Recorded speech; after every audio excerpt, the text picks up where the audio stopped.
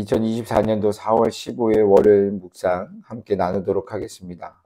오늘 함께 나눌 말씀은 신명기 28장 36절에서 57절까지의 말씀입니다.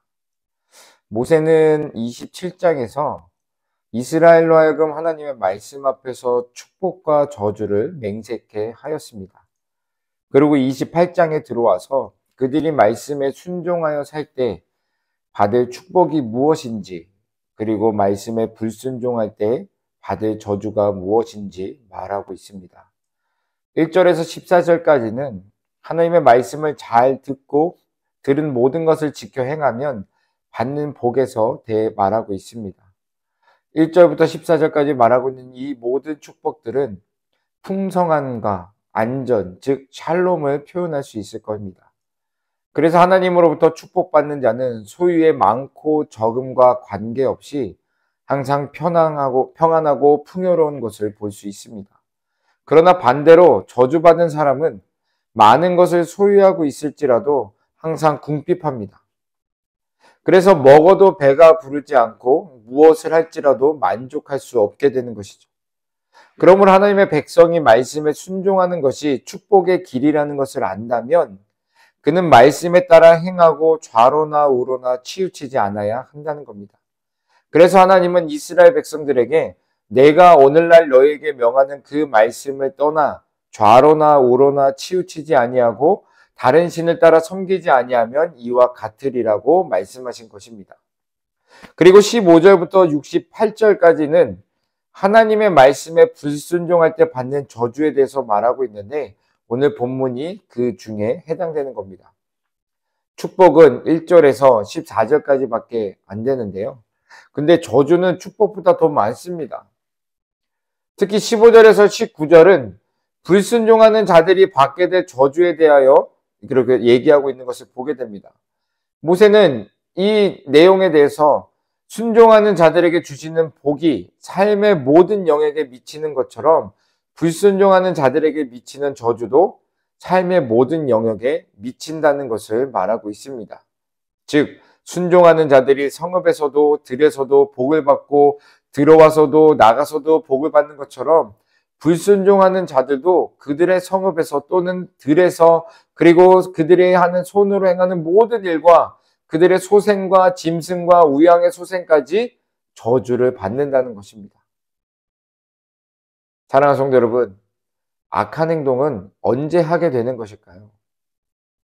악을 행한다는 것은 이렇게 말씀드릴 수 있습니다. 하나님을 잊는 행위라고 말씀드릴 수 있습니다.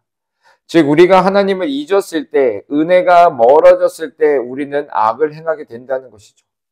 실제로 우리가 하나님으로부터 멀어질수록 죄에 깊이 빠질 가능성이 큽니다.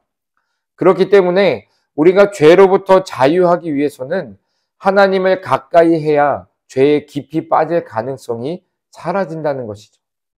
하나님은 말씀을 떠나 악을 행하는 자들에게 행하는 모든 일에 저주와 혼돈과 책망을 내리심으로 그들이 속히 망할 것이라고 말씀하셨습니다. 실제로 악을 행하는 자들을 방치해준다면 본인뿐만 아니라 세상이 황폐해지기 때문에 그들을 속히 망하게 하는 것은 그들의 죄악에 대한 심판이면서 동시에 사랑이기도 합니다. 왜냐하면 그들의 악한 행위를 그치게 할 수 있는 것은 그들을 심판하는 길뿐이기 때문이고 또한 그들의 악한 행위로 인하여 고통받는 사람들을 구원해주는 길이 바로 그들을 심판하는 일이기 때문입니다. 그래서 오늘 본문의 악한 행위를 그치게 하기 위해서 심판을 행하시는데 그 심판은 두 가지 형태로 나타난다고 말하고 있습니다. 하나는 하나님의 심판은 아무 일도 성사되는 일이 없을 것으로 나타난다는 겁니다.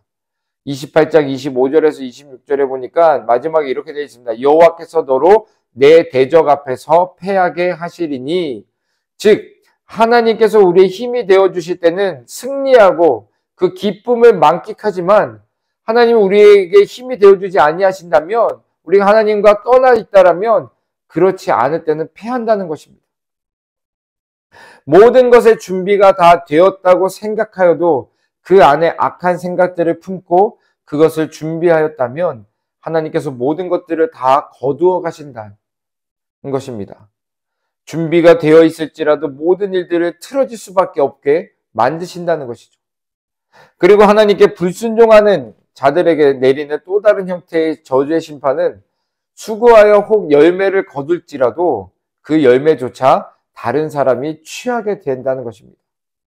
오늘 본문의 말씀처럼 하나님께서 저주를 내리실 때 전쟁에서 죽은 시체들은 공중의 새와 땅 짐승들의 밥이 될 것이고, 죽음을 피한 자들은 애굽의 종과 또 치질과 괴혈병과 개창으로 인하여 미치게 될 것이고, 소경이 되어 한낮에도 더듬으며 걸을 것이고 항상 압제와 노력을 당할 것인데, 이로 인하여 그들은 약혼을 할지라도 다른 사람이 그 여자를 차지하게 될 것이고, 집을 건축할지라도 그 집에 거하지 못할 것이며, 포도를 심을지라도 포도를 거두지 못할 것이며, 또한 토지의 소산과 수고로 얻은 것들도 못하는 민족들이 먹을 것이다 라는 겁니다.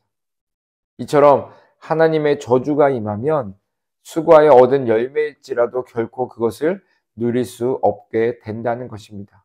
언제까지요? 하나님께서 악인에게 내린 저주는 악인이 파멸될 때까지 된다는 것입니다. 사랑하는 성도 여러분, 하나님은 왜 이렇게까지 저주를 자세하게 나열하고 계실까요?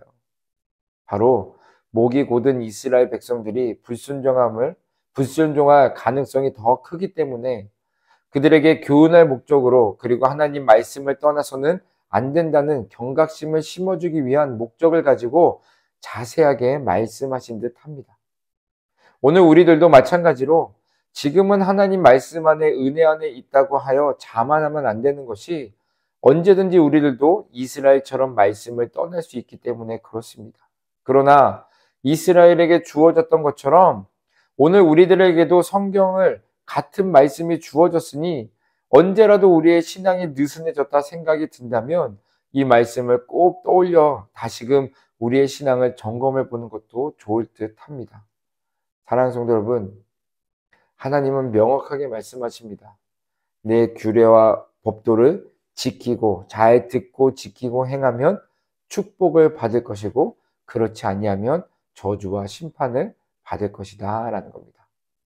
여러분, 하나님을 믿으시기 때문에 이 말씀 또한 하나님의 말씀이라는 것을 믿으시고 오늘 우리에게 주어진 하루도 승리하는 삶을 살아가시기를 주님의 이름으로 축원드립니다.